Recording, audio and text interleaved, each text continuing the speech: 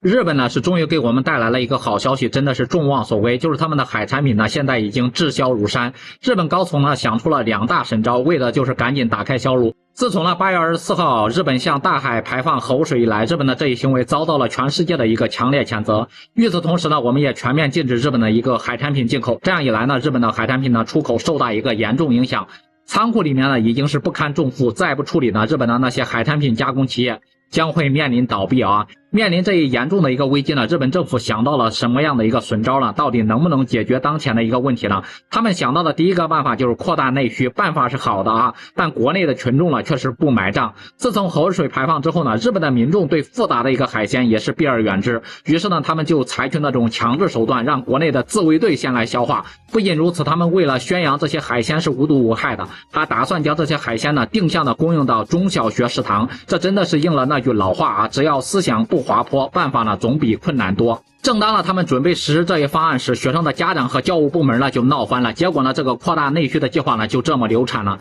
第二个办法就是出口啊，把这些滞销的海产品卖到国外去。但是纵观天下来说，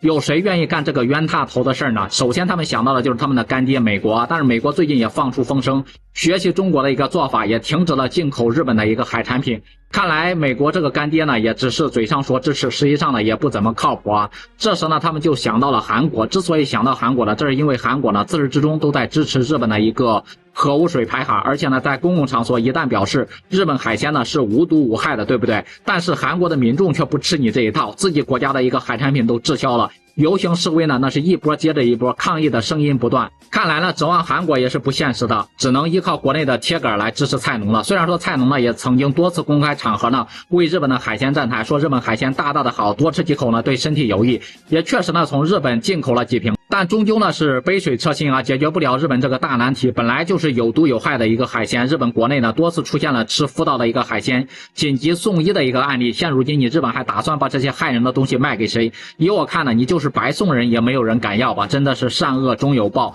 作奸自负，不是不报呢，时候未到。其实呢把这些海鲜拿出来害人，还不如自己留着慢慢的去消化。我们呢也祝福小日子自求多福吧。好了，今天的视频我们就分享到这里，下期视频我们再见。